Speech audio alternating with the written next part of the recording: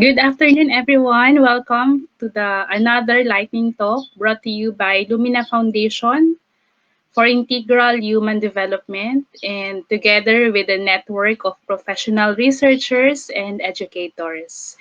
Good afternoon po, everyone. I am Dr. Noela May de Bourbon, a faculty member of Lyceum of the Philippines University, Batangas. And I am here today to share my experience in terms of strategies and techniques in making our online class interactive and interesting. And later on, I hope you would be really embracing the passion in teaching in this new normal. So for today's agenda, we would be understanding the education in the new normal and not just understanding but more so appreciating because this is the reality right now and we cannot do nothing but to adjust and to face the new normal. And second, I'll be sharing some tools, techniques, and strategies on how our online class be interactive and interesting as well. And later on, I'll be challenging everyone, all the participants, to embrace the passion in teaching in this new normal. So feel free to comment down below your thoughts, your questions, and later on, I'll be reading them one by one. I hope you will have a time. And later also, I'll be having a demonstration or maybe I'll show you some of the tools that we could use in online teaching. This is the new normal for education in the Philippines. Department of Education and the Commission on Higher Education is really encouraging everyone. Most of the faculty of the teachers are really encouraged in equipping themselves since not everyone is well equipped in terms of online teaching. And we are very fortunate enough that there are a lot of webinar, a lot of free webinar trainings, and together with Lumina and network of professional researchers and educators, we are here to help, and together we will work as one, we will learn as one. And in the recent news in Inquirer, it states that it should be all about using, and not just using, but maximizing the use of technology to increase efficiency in the areas with capacity to do so that we would be enabled to empower our students, the learners, and able to create positive learning environments among our students. And it is uh, our responsibility to provide quality or equal opportunity to all, most especially those in the marginalized and vulnerable sector. And with that, allow me to share one of the webinar that I've attended to. Dr. Fermin gave a comprehensive explanation of what flexible learning is. We all know that flexible learning is a combination of face-to-face and online learning and self-paced. But to really understand what flexible learning is, flexible learning is the design and delivery of program, courses, and intervention. So in flexible learning, we should monitor what the design is and how will we deliver our our teaching content to our students. That would address in our learners' needs because we all know that magkakaiba ng pangangailangan at iba-iba yung background ng ating student in terms of pace, in term of in terms of place. Hindi lahat sila, they have conducive environment at home. And even for us teachers, especially we cannot separate our personal life or family life together with our work kasi we are already working at home. And we should also address learners' unique needs in terms of process in the products of learning. And what's most important of this is we should focus on the essential experience, content, and outcome. Let's highlight the word essential. Coming from the Latin word necesse, meaning necessary, inevitable, important. Meaning, in the flexible learning, hindi dapat pa rin mawala yung outcome. However, that would not only be our focus, but more so, our focus would also be, is the student or are the students having a conducive or having a quality learning experience? And do they have, they do receive an ample amount of content going back to our intended learning outcomes? And it's also important to address that learners control and customizability, we should address them in a different or in various ways. Just like for my experience, example, section A, most of them have without connectivity or limited connectivity. So most of the time, we are having our class online via FB Live so that mas mahina yung data, yung kain ng data sa kanila. At the same time, ma-review pa rin nila yung mga previous discussion. However, on the section B, let's say for example, most of them have this good or with connectivity or good connection. So most of the time, we are delivering our online class via Zoom. And mas synchronous yung aming discussion. So we should also categorize our students depending on their internet connection. Since this is the major concern of our students, and not only the students, but also faculty members, teachers, the internet connections and the devices. And as I've mentioned earlier, understanding education in the new normal, it focuses on the outcome, content, and experience. So meaning the outcome, the it should not directly katulad nun sa traditional na written exam, kasi since we are in the new normal, the outcome should be easy to monitor and measurable. And the DepEd and SHED have highly recommend to have a task-based outcome or output. And in terms of content, most of our classes before in the traditional or in the classroom-based education, mga 2 to 3 hours yung ating klase. Pero in the new normal, 2 to 3 hours ay masyado ng burden sa mga student. Marami ng kain dun sa kanilang data. So our content should be inch long, but a mile deep. Just like what I've done sa aking klase last semester, I conducted some online video that is 5 to 10 minutes so that the student would be hindi masyadong mahaba kasi we are teaching millennials. And there is a recent study stating that ang mga millennials daw, yung kanilang attention span, maximum of 10 minutes. Pag si teacher nagsasalita na ng 11 minutes and so on, ang utak niyan ay kung ano-ano lang iniisip. So let's watch out our duration of our discussion or our class. We could have brain breaks or in-between breaks para naman ma-refresh yung attention ng ating students. And lastly, most importantly, is the experience.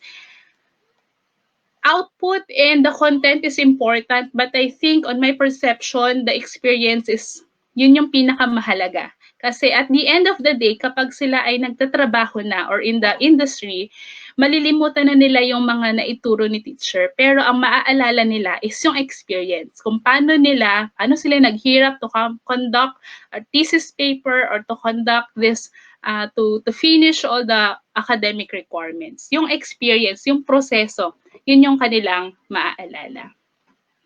And upon understanding and appreciating this education in the new normal, as I've said earlier, we cannot do nothing but to face it and do some adjustment. In the traditional classes, kapag nasa classroom tayo, hirap na tayo on how to get our students' attention. Lalo pa kapag kaharap natin ay computer and we cannot control our students. So what we could do is making our class interesting and interactive. But the question, paano? How to make our class interactive and interesting? And you know, if you want your students to be interested in what you are teaching them, you must make it interactive. Again, if you want to make your students interested in what you're teaching them or into your class, you must make it interactive. And how to make it interactive? One tip is to incorporate mystery or surprises in your lessons. You know, learning is very fun when it is full of surprises. So, hindi yung every meeting, pare-parehas yung ginagawa nyo. Lecture, assessment, and then major exam. But you could add up spices or some surprising activity na may iba't iba kayong ginagawa sa inyong klase. And that, papasok yung technology. And to make our discussion interesting, let's make it interactive. So, for all the participants, I encourage you to go to www.menti.com. I'll be waiting for your answer.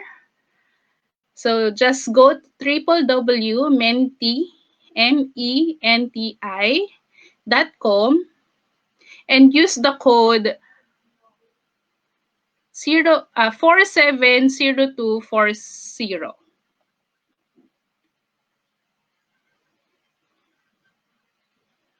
So again, all the participants, I encourage you to interact and use www.menti.com and use the code 470240.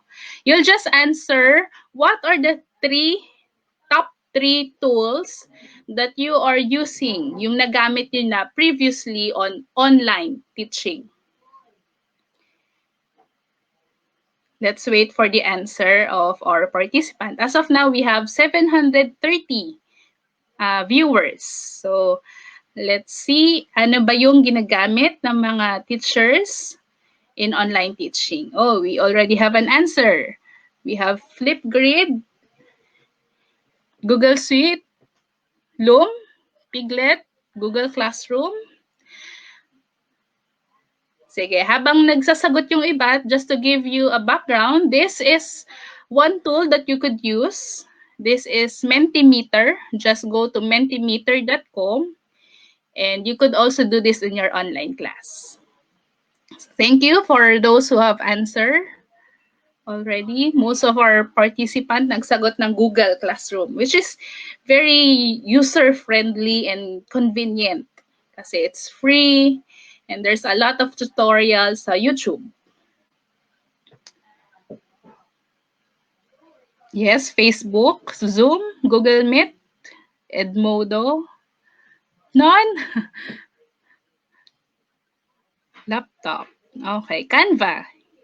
Yan, itong ginagamit kong presentation is Canva, not a PowerPoint presentation. It's a very nice tool that we could use in presenting our slide.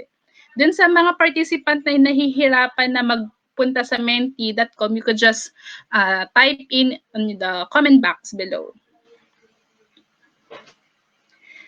So, ang tawag po dito is Mentimeter. You could use this in your online class, and this is an example of an interactive tool, a word cloud, wherein the bigger the word, yun yung pinakamarami na sagot, at makikita nyo sa baba yung total participants na nagsagot. Okay, so from that, we have 48 and counting respondents. I could conclude that most of the participants are using Google Classroom, Google Meet, Zoom, Canva, and Facebook. Okay, so at least with that, I will have an idea ano ba yung hindi ko na i-discuss. Kasi ang i-discuss ko sa inyo is yung mga hindi nabanggit dito. And later, let's have at least a brief overview paano gamitin yung Menti. And I'll be also showing classroom, screen, and EduBlog. So, yun yung mga ilang website or tools na ipakita ko sa inyo later. Okay, so thank you for participating. So that's an example ng sinabi ko sa inyo. To make our online class interesting, we should interact. We should let our student engage at hindi lang sila basta nakikinig. Hindi natin alam, especially pag naka-Zoom tas naka-video off or hindi sila nakikita, hindi natin alam kung nakikinig pa ba sila. At least from time to time, we have an engagement with our students. And to continue, allow me to share some of the strategies and useful tools that I am using to make our online class interactive and interesting. The following slides these are my practices from the previous semester since nung nag-quarantine nung March until nung May. And lahat tayo na nagulantang talaga. I don't know if meron ba sa inyong naging prepared bago mag-quarantine. I think all of us ay talaga nag-cramming. But thanks be to God na kayanan natin yung semester na nagdaan. And for this time, we should prepare ourselves for the incoming school year, 2020-2021. So again, if you would like or if you want to make your class interesting that everyone loves to go to, then you must incorporate some kind of technology or tools. And here, allow me to share some of my practices. Ayan. Have you heard about education.fb.com? Okay, so this is, I think most of you already have answered social media or Facebook.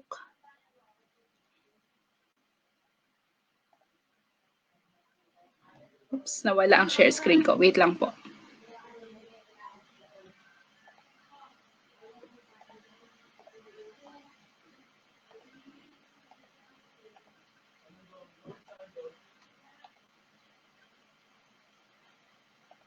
Ayan. Okay. Education.fb.com. Sorry for the technical difficulty. So, this is one educational tool that we could use in online teaching. And as I've mentioned earlier, ito yung tool that we could use since konti lang yung kain nito sa internet or sa data ng mga students and very user-friendly since most of our students are already in the Facebook. So, hindi na sila mahihirapan na aralin pa yung ibang tools.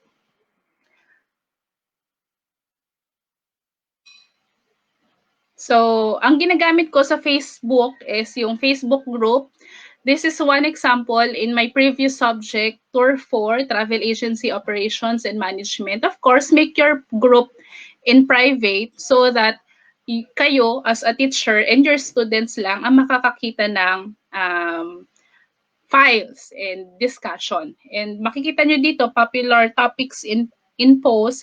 Kasi sa isang section, 3 yung subject nila sa akin. That's why, isang Facebook group na lang para hindi na marami. So, I have a tag here, Tour 4, HRA 2, and Tour 2. Ito yung mga subjects nila sa akin.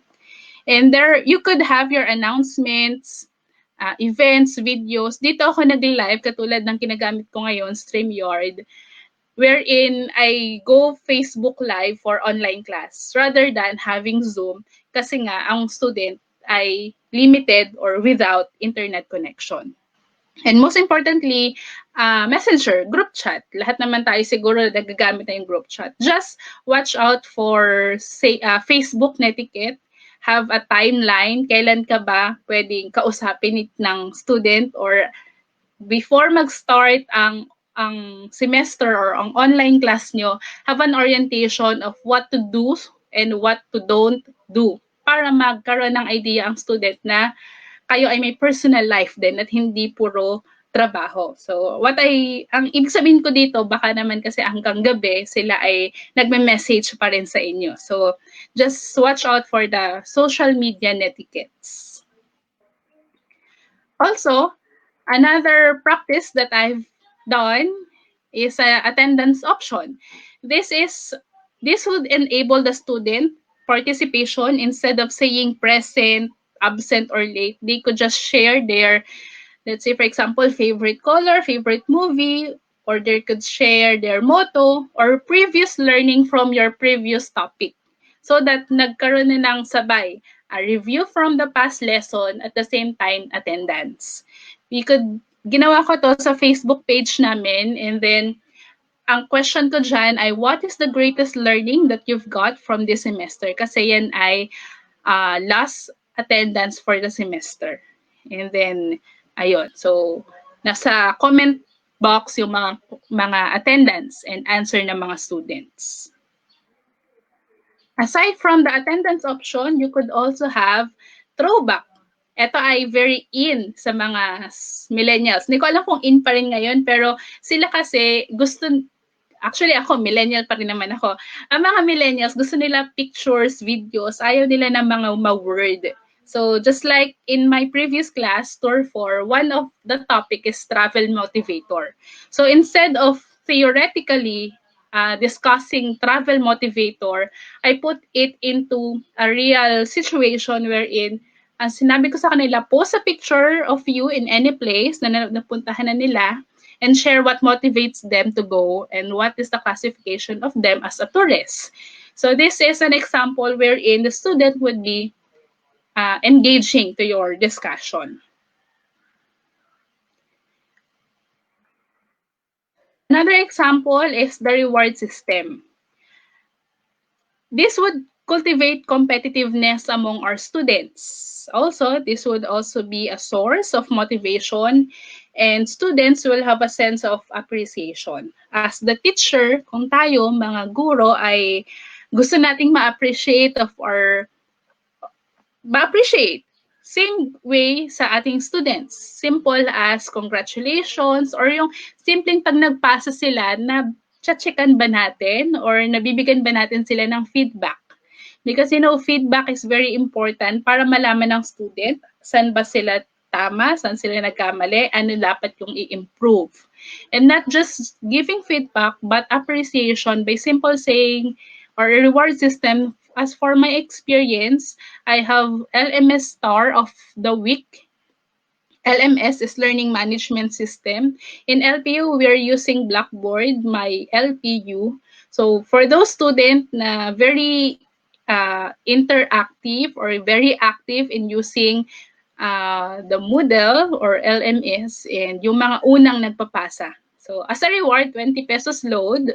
Hindi naman masyado mabigat sa bulsa, pero most of the students prefer additional grade. So it's either a load or +2 sa final grade, or it's up to you to come up with your rubric or reward system. But the goal of this is just to motivate the student and to let them know that they are really appreciated. Next is to get faculty expert. This is to maximize your colleagues' expertise for collaboration and for us to expand learning opportunities among our students. And ayan, naglo-loading lang yung aking video. Pero here, I asked for permission of Dr. Michelle Baruch. She is the Master Assessor for Front Office. And aside handling front office class, aside, kesa na ako yung mag-discuss some of the topic, hindi naman lahat ay siya, pero most of the major parts of the subject, I allowed her to interact with my students so that the student would also have additional learnings from other faculty members. Okay.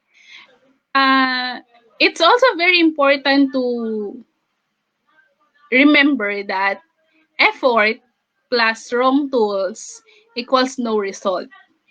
Kahit na si teacher, tayo ay very passionate in doing our lesson plan, in revising and redesigning our syllabi, and doing our module, still, kapag wrong tool or mali yung, hindi naman sa mali, pero it's not appropriate tool or yung ginagamit nating delivery, it would be no result. Same way with maganda yung tool, the school, your school already upgraded the premium or bought LMS, pero hindi naman nag-e-effort si teacher, no result din yon. So, dapat nag-e-effort si teacher plus appropriate tool, nandun yung quality education. And still, online class with the use of technology would be nothing without teacher content and effort. So with that, allow me to share some of the tools that I am using.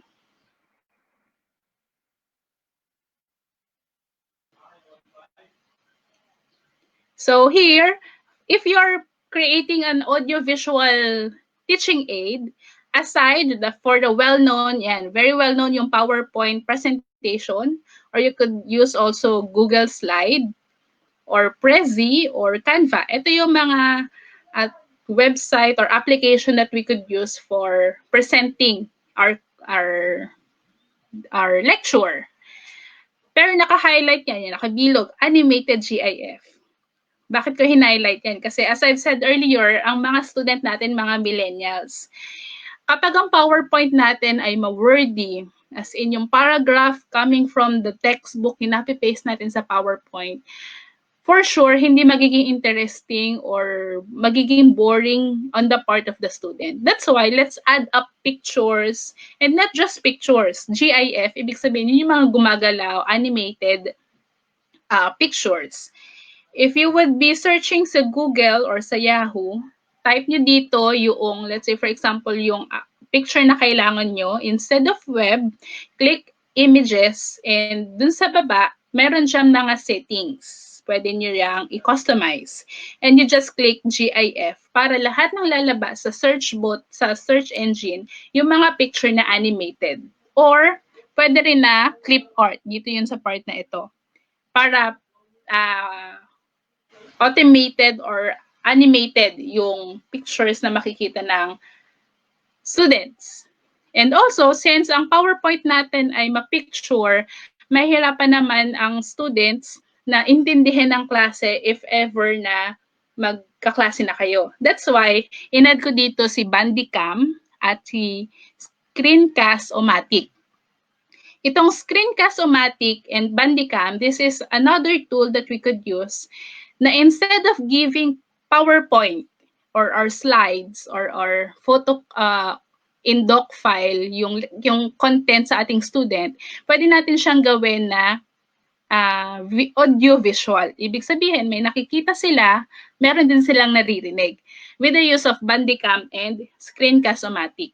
Ito yung, actually, marami namang screen recording sa internet, pero itong dalawa yung ginagamit ko in different purposes.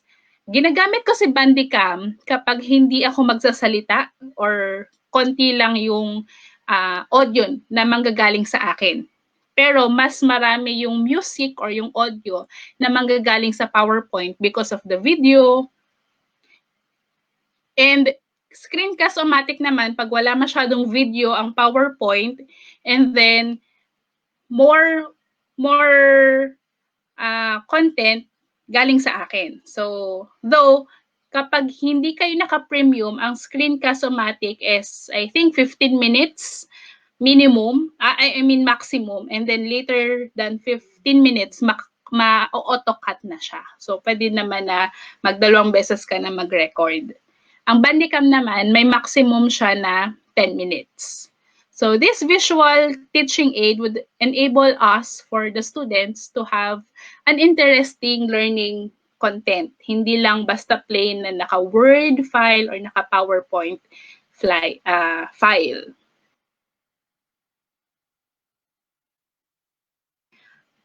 Also, we have an interactive teaching tools, just like classroom screen. This is an amazing tool for online teaching and Kahoot. Allow me to share, stop share ko muna. Papakita ko sa inyo ano yung itsura ng classroom screen. Pero if you would like to have a full video tutorial, you could subscribe to my channel. Yes, vlogger si teacher. Ayan, para makita nyo kung ano ba yung classroom screen.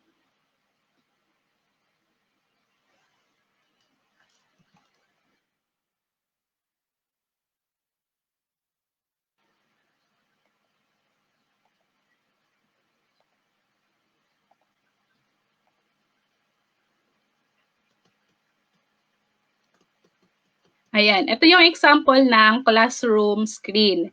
You go to app.classroomscreen.com. Kita nyo ba? Ayan. Pagpunta nyo sa website ng classroom screen, yan na mismo yung makikita nyo. Palaki natin. So sa option sa baba, makikita nyo yung mga other features nito ng classroom screen. You could have your calendar, merong clock. Ayan. So, pwede natin gamitin to habang, let's say, for example, nagzo-Zoom or naka-Facebook Live, pwede natin i-share screen, tas ito yung makikita ng student. And then, ang maganda dito, let's say, for example, meron kayong activity, and then you'll have a timer. Halimbawa, your activity is only for 5 seconds, halimbawa. And then, i-play mo lang, ibig sabihin, in 5 seconds, 5 minutes pala, sorry. In 5 minutes, matatapos yung activity. And then, magkakaroon ng notification sa screen ng students na matatapos na yung activity. Diba? So, instead of just saying, time's up, na-notify siya. Tapos, pwede mong paltan dito ng mga music kung anong gusto mong bell. Ayan, diba? Natitrigger ang inyong mga student dyan. Ayan po. Another good feature of classroom screen is random name. Halimbawa, instead of, di ba, pag online class, hindi naman tayo, though sa Zoom merong raising of hand, para maging masaya at magkaroon ng mystery or surprise ang iyong klase, we could have a random name. Let's say, for example, ang iyong mga students, si Jose, si Maria, at si Juan. Halimbawa, tatlo yan. Then you'll choose one. Randomly, pipili ang classroom screen. Yan, si Juan ang nanalo. Di ba? So, magandang application ito for us to have an interaction with our student. We could also have a random background. Ayan, medyo mabagal lang internet. Pero, yan, pwede kang mag-add ng iyong personal picture kung ano yung gusto nyo or pwede rin naman dito. Ayan. So, yan yung isang example ng tool that we could use to have an interaction with our students. So, balik tayo sa presentation.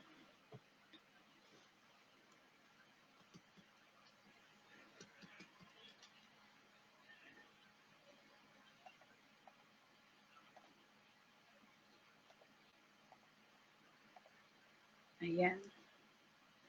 So again, that is the classroom screen, amazing tool for online teaching.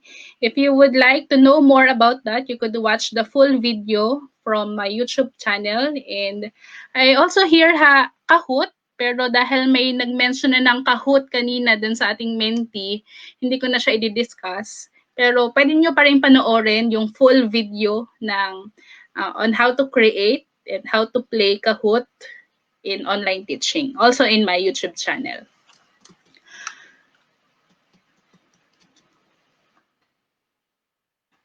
Next, we have Mentimeter.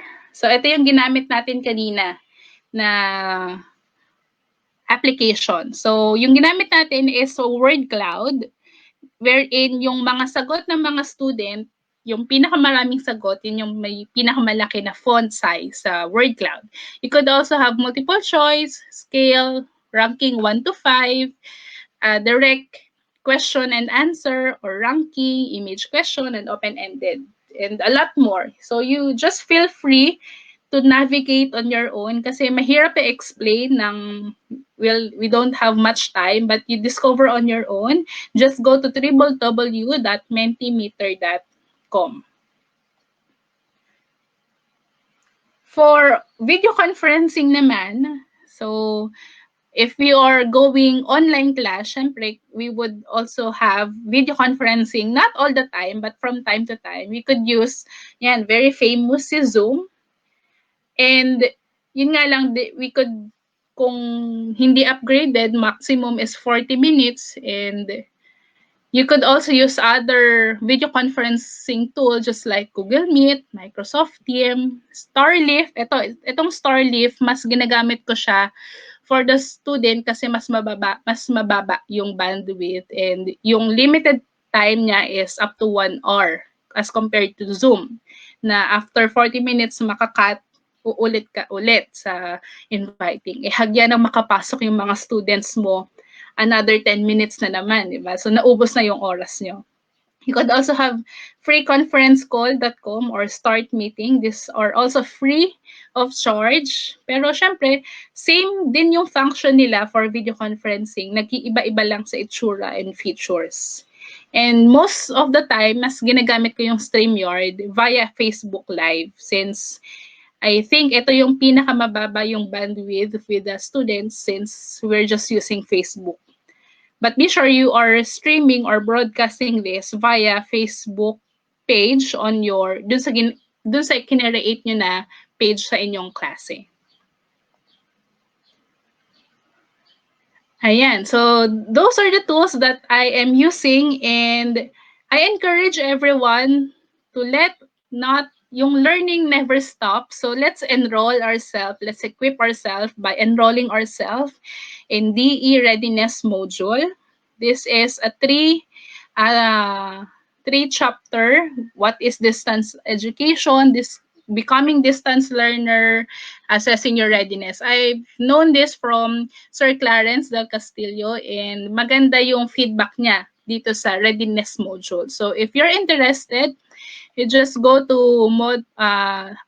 https://moodle.up kasi ito ay sa University of the Philippines. And there are also upcoming online courses to follow through. Aside dito, you could also enroll yourself sa Coursera. So, meron silang mga online courses. Take note, for free. If you would like to avail certification, dun lang sila nagpapabayad, which is $49 per certificate. And para sa akin, I think certificate is just a paper. What matters most is the learning and na yung nakuha mo na learning experience from this online course. So I already finished learning to teach online by University of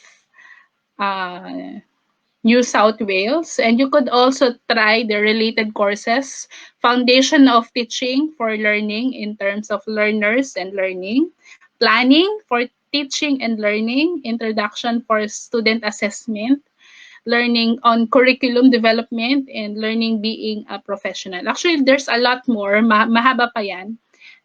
You just visit www.coursera.org and up to this time, I am enrolled in practical teaching using technology.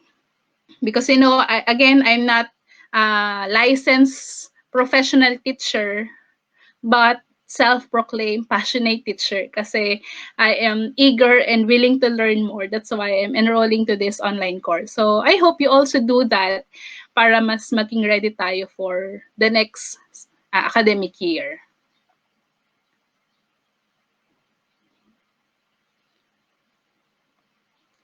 Okay, so with that, I have a video here na gusto kong ipakita sa inyo pero I think loading siya. I-present ko na lang sa inyo gamit ang wait lang. Sige, if you have any more question, you could just post it while I'm preparing the video presentation.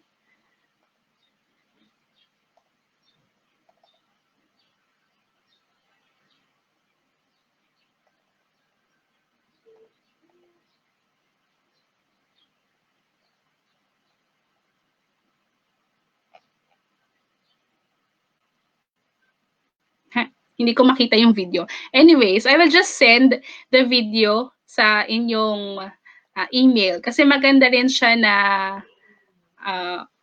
video for us to be inspired in teaching. Pero nawala yung link.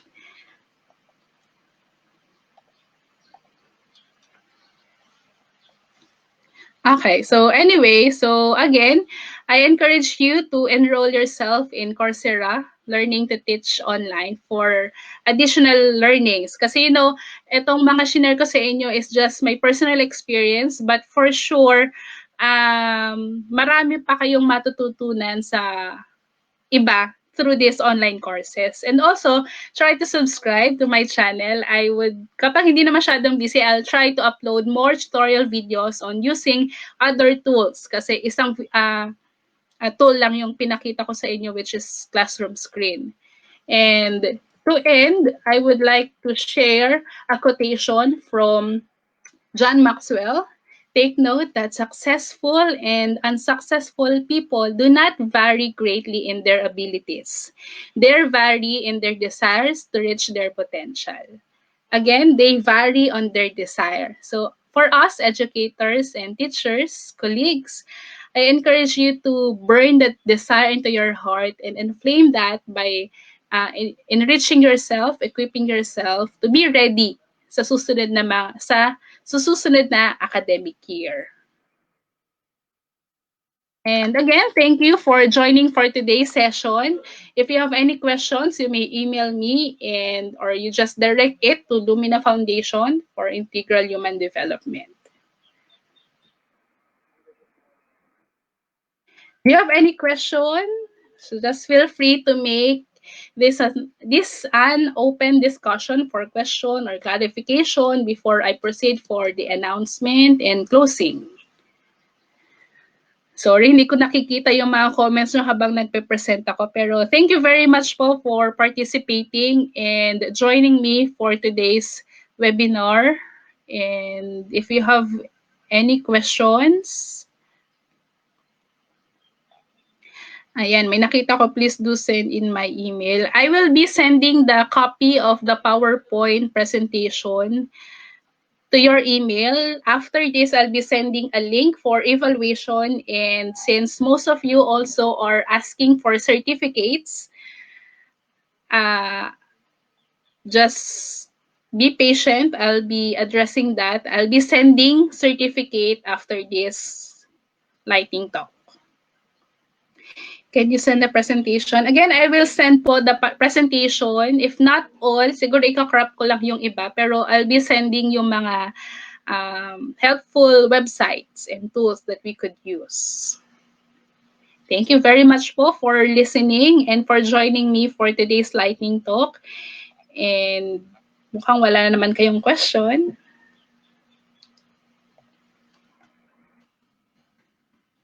Ayan. So for the certificate of attendance, I will be sending this if you would be filling out the survey. Just go to short URL at /RCIU9 to get the certificate. And also, as a complimentary, because for sure, hindi lahat kayo ay nag-effort to listen for my sharing, I would also be sharing some supplementary reading materials in PDF file na makakatulong sa inyo para sa inyong online class. I think meron ako dun 10 files all about understanding social media, about 101 free tools, and a lot more. So just feel free to answer the survey form using this short URL. So again, thank you very much po for joining in today's webinar and have a good day.